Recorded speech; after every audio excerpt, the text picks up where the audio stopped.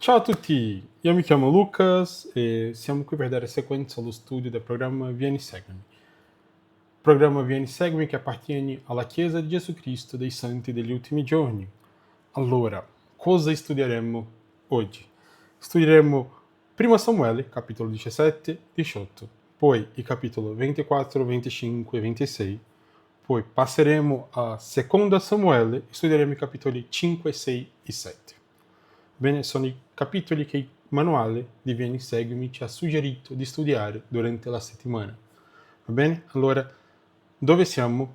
Da dove iniziamo? Siamo alla valle di Ela, ok? Due eserciti schierati, da una parte i Filistei, dall'altra parte Israele, e nel mezzo un gigante che per 40 giorni lancia la sua sfida, deride il popolo di Israele. Va bene? Allora andiamo alle scritture. Qui. Come vi dicevo, durante 40 giorni c'era Golia che stava lì a sfidare il popolo di Israele e per 40 giorni né re né soldati, nessuno, proprio nessuno, ha fatto niente.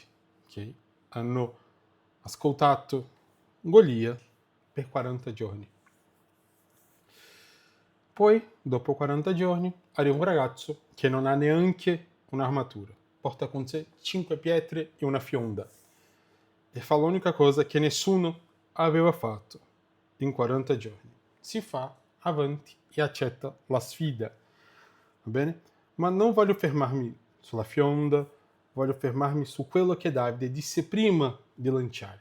Perché? Perché lì, in quelle parole, c'è qualcosa che parla ancora oggi a noi. Ok? Nel versetto 47 della lezione c'è una scrittura, lo leggeremo dopo di nuovo, ma dice così: in tutta questa moltitudine riconoscerai che l'Eterno non salva per mezzo di spada né per mezzo di lancia, poiché l'esito della battaglia dipende dall'Eterno. Poiché l'esito della battaglia dipende dall'Eterno, ed Egli vi darà nelle nostre mani. È una bellissima scrittura e capiremo il contesto di questa scrittura, va bene? E approfondiremo i nostri studi oggi, leggendo le scritture insieme. Allora, andiamo. Il manuale di Vieni, seguimi, questa settimana fa una cosa molto interessante per me, no? Ci chiede di non concentrarci subito su Davide. Prima di guardare lui, dice di ascoltare le voci degli altri. Allora, ascolteremo le voci degli altri. Bene, ascolteremo prima Golia, ok? Nel versetto 8 a 10 c'è Golia che sgrida, Golia che urla, che minaccia, che deride, e la sua logica è molto semplice, ok? Il più forte vince, sempre, è così. Bene? Poi nel versetto 28 c'è il fratello di Davide, il suo fratello maggiore, Eliabe. Ok? Il suo fratello lo sgrida, dice: lo so perché sei venuto, sei arrogante, queste cose qua, no? Quindi a volte il manuale ci insegna e ci dice che a volte le voci più scoraggianti non viene dal nemico di fuori, a volte viene dalle persone che sono dentro casa. Bene? Poi nel versetto 33 vediamo e ascoltiamo Saul, il re, che dice: Saul disse a Davide: tu non puoi andare a batterti con questo filisteo, perché tu non sei che un ragazzo, ed egli è un guerriero fin dalla sua giovinezza. Qua Saul non è cattiveria, ok? È il ragionamento di chi conta le forze in campo senza mettere Dio nell'equazione, ok? E Saul era molto così, ok? Vedeva i numeri, se i numeri erano dalla sua parte, bene, se no non avevi coraggio, ok? E la domanda di Davide non è ce la faccio, Bene? Se leggiamo qui, nel versetto 26, come risponde Davide, no? Dice alla fine del versetto 26, dice chi è dunque questo filisteo, ok? Che osa insultare le schiere dell'Iddio vivente. E Davide cambia la domanda qui, ok? Cambia il modo di vedere, usa Dio, parla nel nome di Dio, dice che osa insultare le schiere dell'Iddio vivente. Ma da dove viene questo coraggio? No? Da dove viene il coraggio di Davide? Il testo ce lo dice. Saul dice non puoi e Davide risponde con storia, non con un versetto. Ok? Nel versetto da 34 a 37 Davide racconta una storia. Okay? Dice che il Signore mi ha liberato dal leone, mi ha liberato dall'orso, mi libererà anche da questo. Non è ottimismo, non è positività, okay? È qualcosa di più solido. È il ricordo vivo di quello che il Signore aveva già fatto per lui in passato. La fede di Davide non cade dal cielo quel giorno nella valle, va bene? Si era già costruita nel passato, nelle esperienze che aveva vissuto. Quindi, okay, il manuale ci chiede di fare la stessa cosa, collegare la storia di Davide alla nostra. Ti faccio quindi la domanda, okay, del manuale. Se potessi dare un consiglio a Davide dopo la vittoria su Golia, no? Cosa gli diresti? Okay? Cosa possiamo dire a Davide dopo la vittoria? Mi fa pensare Golia forse non sarà la sfida più grande che affronterai, no? Quindi tieni in mente quello che è successo qui, come hai fatto con il leone e con l'orso, le esperienze che hai avuto. Hai usato quelle esperienze per darti il coraggio di affrontare anche questo. Quindi ricordati del Signore. Ricordati del Signore nei momenti di difficoltà e nei momenti di felicità. Ricordare sempre. Forse è il consiglio che potrei dare. No? Quindi se avete qualche consiglio, se volete condividerlo, potete scrivere qua nei commenti. Mi piacerebbe molto. Bene? Allora, andiamo avanti. Ok, passiamo al capitolo 18 della storia. Torniamo. Capitolo 18. E qui il manuale ci chiede un confronto che vale la pena fermarsi a fare, va bene? Sia Saul sia Jonathan sanno che Davide potrebbe diventare re al loro posto, ok? È la stessa situazione e due reazioni completamente diverse. Saul comincia a sentire gelosia e comincia a vedere Davide come una minaccia. Da lì in poi la sua storia va in discesa, ok? Sappiamo cosa finisce, come finisce la storia di Saul, no? E Jonathan, invece, e questo è straordinario, bellissimo questo, no? Fa una cosa che nessun erede al trono farebbe normalmente, ok? Se leggiamo i versetti dall'1 al 4, qui Jonathan stringe un'alleanza con Davide, che gli dà la propria veste, la propria spada, il proprio arco, la propria cintura, i simboli del suo status, okay? E li mette da parte con gioia, li dà a Davide con molta gioia. Okay? E il manuale fa questa domanda, e la trovo bellissima, ok? Cosa trovi nell'atteggiamento di Jonathan che ti ricorda Gesù Cristo? E pensaci, ok? Jonathan è re del trono, Davide è destinato a prendere quel trono, eppure Jonathan non combatte, non si difende, non si lamenta, si fa da parte e protegge Davide attivamente, lo fa per amore, che è molto chiaro qui nella scrittura. in questo c'è qualcosa del modo in cui Cristo, pur essendo il Re, okay, è sceso nella nostra condizione e si è messo al nostro fianco, non per debolezza, ma per amore. E Jonathan fece qualcosa di molto simile qui, per amore. E mi piace molto questo parallelismo che c'è, questo simbolismo di Cristo qui. Quindi vi invito a leggere tutto il capitolo, che approfondire il vostro studio, di leggere anche le scritture di suggerimento che ci dà il manuale che viene in seguito. Va bene? Allora, andiamo a un'altra parte della lezione, okay, di questa settimana che mi piace molto, che è Abigail. Ok? Abigail, non so come si pronuncia. Ok, va bene? Allora, andiamo qui, nel capitolo 24, iniziamo. Eccoci qua, va bene?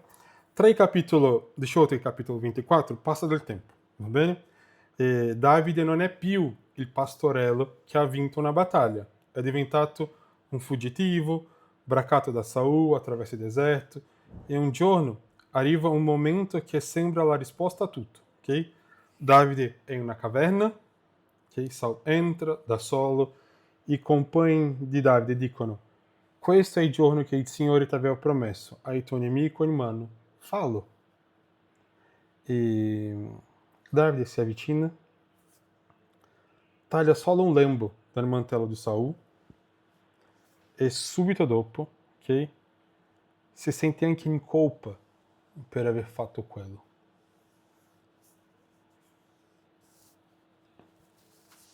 Dice così: mi guardi l'Eterno dal commettere contro il mio Signore, che è l'unto dell'Eterno. L'azione di mettergli le mani addosso, perché egli è l'unto dell'Eterno.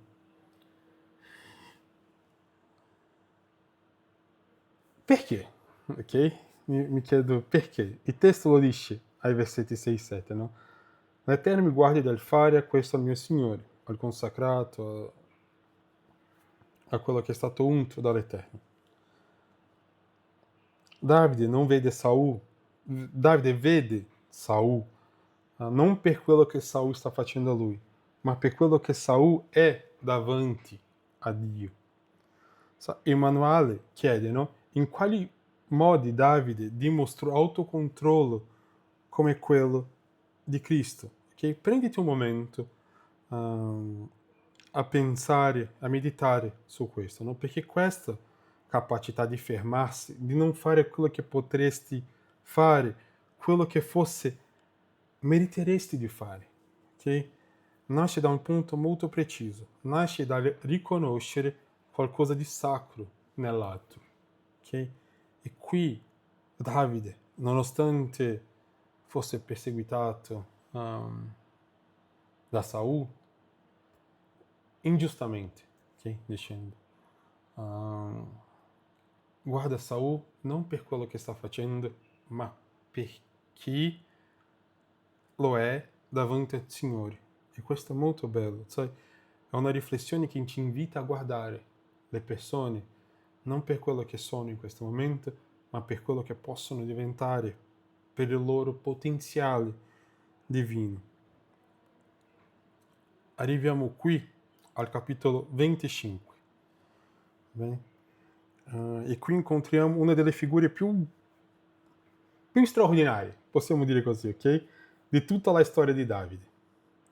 Abigail, come vi dicevo, no? Il testo la introduce con 2 soli aggettivi: bella e di grande intelligenza. Il suo marito, Nabal, un solo aggettivo, va bene? Stolto. Che è il significato, no, del suo nome in ebraico, stolto. La situazione: Davide e i suoi uomini avevano protetto i greggi di Nabal per mesi, senza chiedere niente, non avevano chiesto proprio niente. E quando mandano a chiedere un po' di cibo, Nabal li insulta e li manda via a mani volte. Davide parte con 400 uomini armati e sta per distruggere tutta la famiglia di Nabal, qui. Ed è qui che Abigail agisce. Prima ancora di parlare, prepara, carica degli asini con pane, vino, carne, fichi, uva passa, e vai incontro a Davide. Si inginocchia davanti a lui e poi parla. Ok? E parla. E fa un discorso bellissimo qui. E il suo discorso lo troviamo dal versetto 24 fino al versetto 31 qui. Quindi vi invito a leggere, ok, questo discorso. Vorrei leggere insieme a voi qui il versetto 31 principalmente, no? E dice così: il mio Signore non avrà rimorso né rimorso di coscienza quando il Signore avrà fatto prosperare il mio Signore. Ok? La versione che ho qui è diversa di quella che ho lì, ma va bene, ok? Allora, dove eravamo? Qui. Okay? Il manuale fa la domanda direttamente, ok? Sotto quali aspetti Abigail è simile a Gesù Cristo, ok? Guardala, si mette in mezzo, va bene? Si mette tra il giudizio di Davide e la condanna di Nabal, ok? Si inginocchia, prende su di sé la situazione, chiede misericordia, ricorda all'altro la sua vera identità, che e ogni volta nelle scritture che qualcuno si mette in mezzo per proteggere un altro dalle conseguenze delle proprie azioni, che chi ci ricorda? Okay? Ci ricorda ovviamente il nostro Salvatore e Redentore Gesù Cristo, perché è quello che ha fatto per noi. Va bene? E il manuale ci fa poi questa domanda personale. Quindi, se abbiamo mai avuto nella nostra vita una Abigail, ok? E se siamo stati, ok? Come Abigail per qualcun altro, se abbiamo aiutato qualcun altro a fermare prima di fare qualcosa di irreversibile. Ok? E questa è la riflessione che ci porta a fare il programma Vieni Seguimi da questa storia. Prima, vedere Gesù Cristo in questa storia, e se stiamo o se siamo, ok, simili a lei in questa situazione, a Abigail in questa situazione. Se siamo stati come lei, ok, a aiutare qualcuno, qualcun altro, e se abbiamo avuto qualcun altro nella nostra vita che ci ha aiutato a fermare mentre stavamo per fare qualcosa di molto o qualcosa di irreversibile qui, va bene? Quindi andiamo avanti, andiamo a capitolo 5 di seconda Samuele, va bene? Quindi andiamo di qua che è più veloce. Seconda Samuele, capitolo 5. Ottimo, siamo arrivati, va bene? Davide qui è finalmente re, ma i problemi con i filistei non finiscono, ok? E qui il manuale segnala un dettaglio che si nota solo leggendo con molta attenzione le scritture, ok? Davide affronta i filistei 2 volte in circostanze simili e ogni volta prima di fare qualcosa chiede al Signore, va bene? Per esempio, nel versetto 19 vediamo che allora Davide consultò l'Eterno dicendo, ok? E poi nel versetto 23 di nuovo. E Davide consultò l'Eterno, il quale gli disse, va bene? Vediamo qui, di nuovo, Davide consultò l'Eterno, ma le 2 risposte sono diverse. La prima volta il Signore dice, vai, e la seconda volta il Signore dice, no. Ok?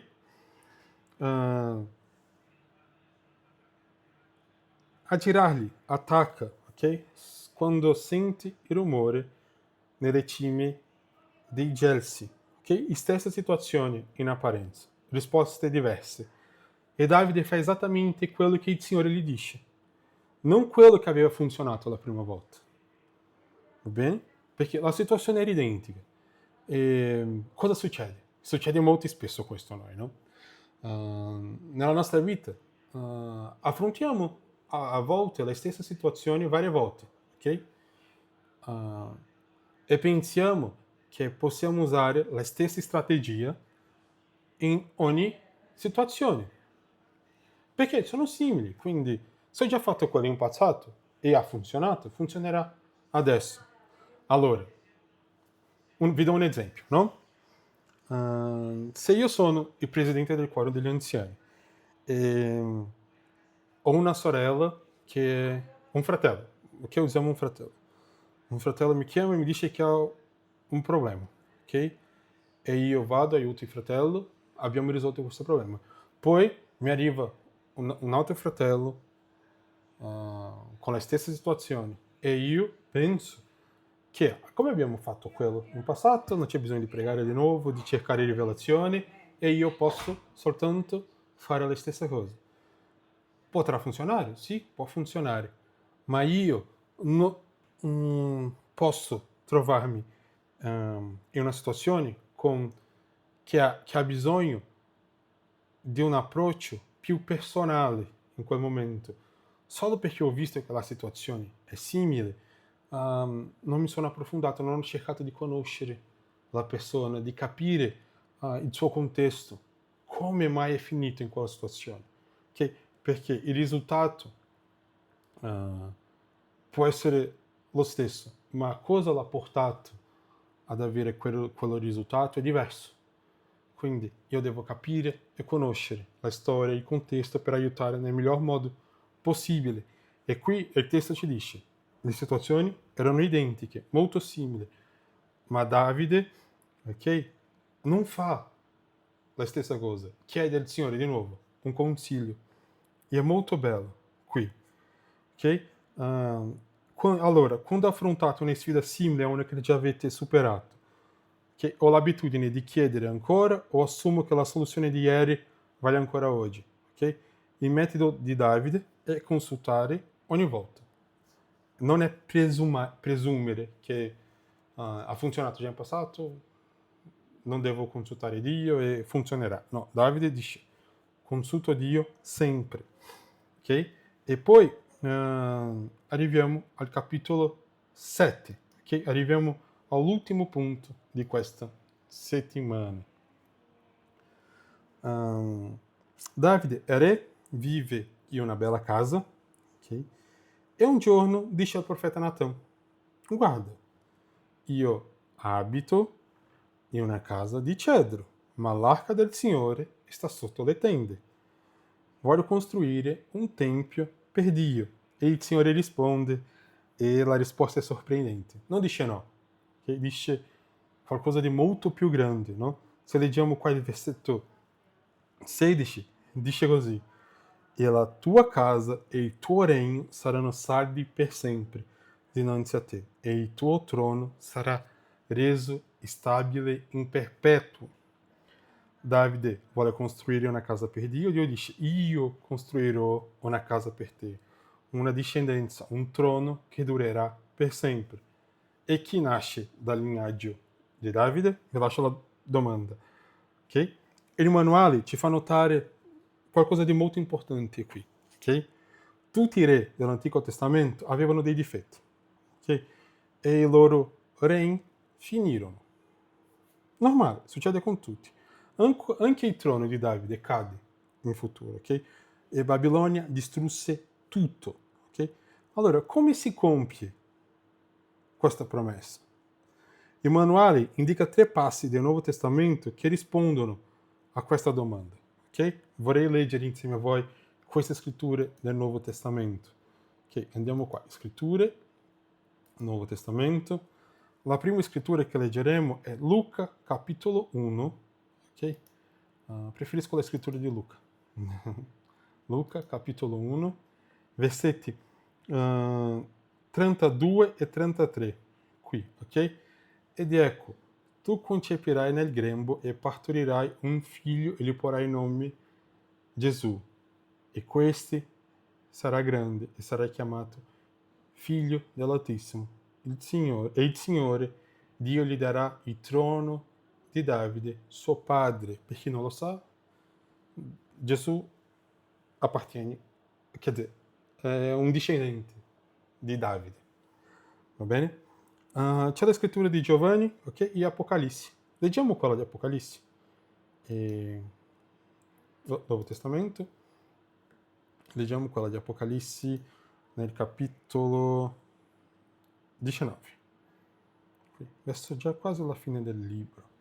19, versetto 16, e dice così: e sulla veste e sulla coscia porta scritto questo nome: Re dei Re, Signore dei Signori.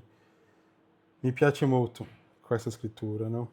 Gesù Cristo è il figlio di Davide e la promessa di 2 Samuele trova il suo compimento definitivo solo in lui, in Gesù Cristo, il trono che nessun re terreno poteva mantenere per sempre. Cristo lo mantiene perché è lui stesso che non ha fine. Il manuale fa questa domanda, no? E voglio che che voi, no? Che ve la portate con voi. In cosa è diverso Gesù dai re terreni che abbiamo visto questa settimana? Come Gesù è diverso da Davide, come Gesù è diverso da Saul. Ok? E